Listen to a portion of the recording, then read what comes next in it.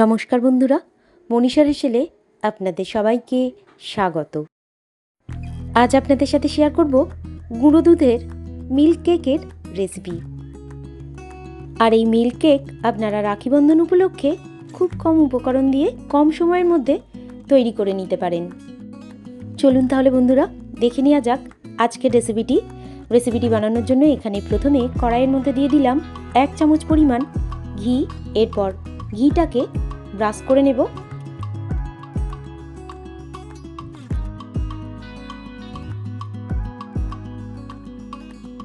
ঘিটাকে brush করে নেওয়া হয়ে গেলে দিয়ে দিলাম 2 কাপ পরিমাণ জল আর দিয়ে দিলাম 1 কাপ পরিমাণ লিকুইড মিল্ক। দুধটা হালকা গরম হয়ে আসলে দিয়ে দিলাম 3 কাপ পরিমাণ গুঁড়ো দুধ।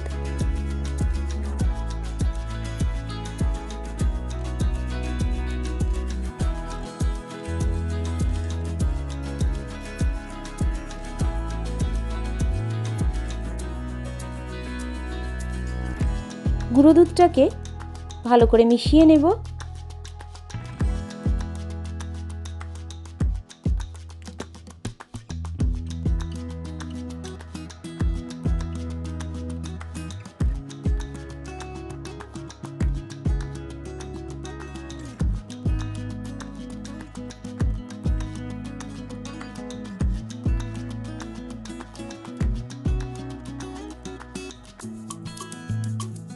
দিয়ে দিলাম 1 চামচ পরিমাণ এলাচ গুঁড়ো। এলাচ গুঁড়োটাকে দুধের সাথে ভালো করে মিশিয়ে দেব।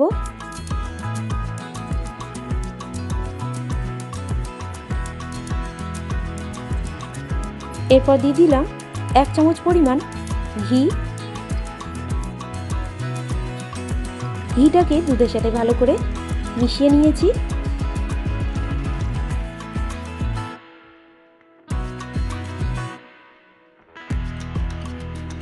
এরপর দিয়ে দিলাম 1 কাপ পরিমাণ চিনি।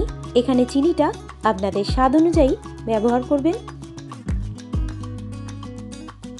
চিনিটাকেও ভালো করে মিশিয়ে নিলাম। দুধটাকে ফুটতে দেব আর ক্রমাগত নাড়াতে থাকবো। দুধটা যখন ফুটে ঠিক এই পর্যায়ে চলে আসবে তখন দিয়ে দিলাম 1 বড় চামচ পরিমাণ টক দই। টক দইটাকে ভালো করে মিশিয়ে নেব।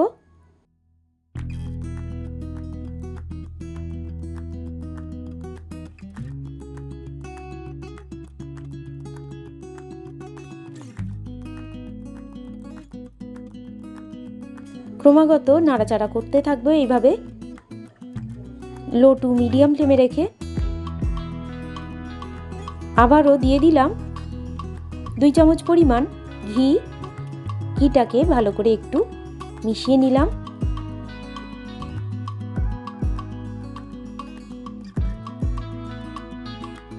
মিল্ক কেকটাকে ঠিক এইভাবে তৈরি করে নেওয়া হয়ে গেলে যে ফয়েলের মধ্যে মিল্ক কেকটাকে বসিয়ে নেব তার মধ্যে দিয়ে দিলাম 1 চামচ পরিমাণ ঘি। ঘিটাকে ব্রাশ করে নিলাম ভালো করে।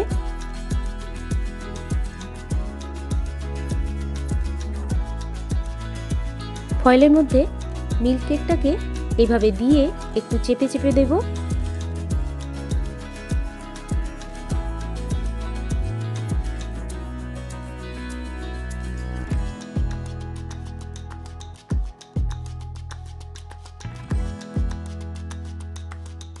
এইভাবে সেট করে নেওয়া হয়ে গেলে উপর থেকে কভার করে দিলাম।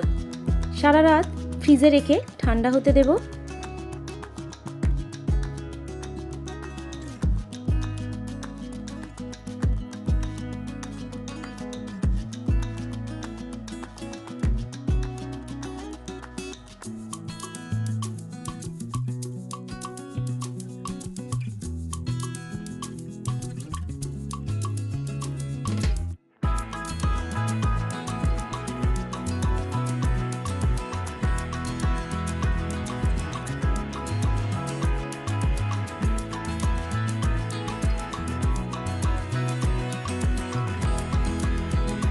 ফ্রিজ থেকে বের করে মিল্ক কেকটাকে পিস পিস করে ছুরি দিয়ে কেটে নিলাম।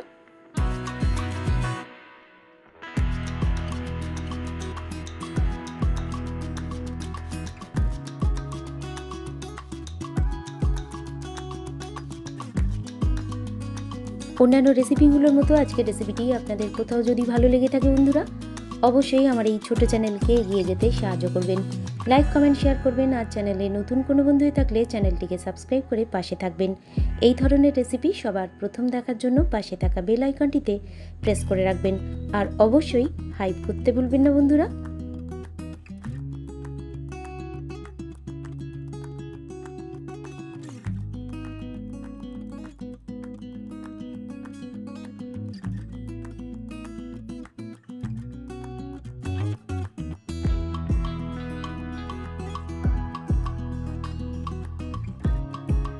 তৈরি হয়ে গেল আমাদের আজকের রেসিপি গুঁড়ো দুধের মিল্ক কেক।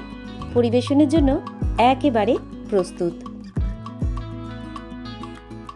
দেখতেই পাচ্ছেন বন্ধুরা, একেবারে দোকানের মতো স্বাদের মিল্ক কেক এখানে তৈরি হয়ে গেছে। দেখতে যেমন হয়েছে, খেতেও ততটাই টেস্টি হয়েছিল। রেসিপিটি শেষ পর্যন্ত দেখার জন্য আপনাদের সবাইকে ধন্যবাদ। সবাই ভালো থাকবেন, সুস্থ থাকবেন।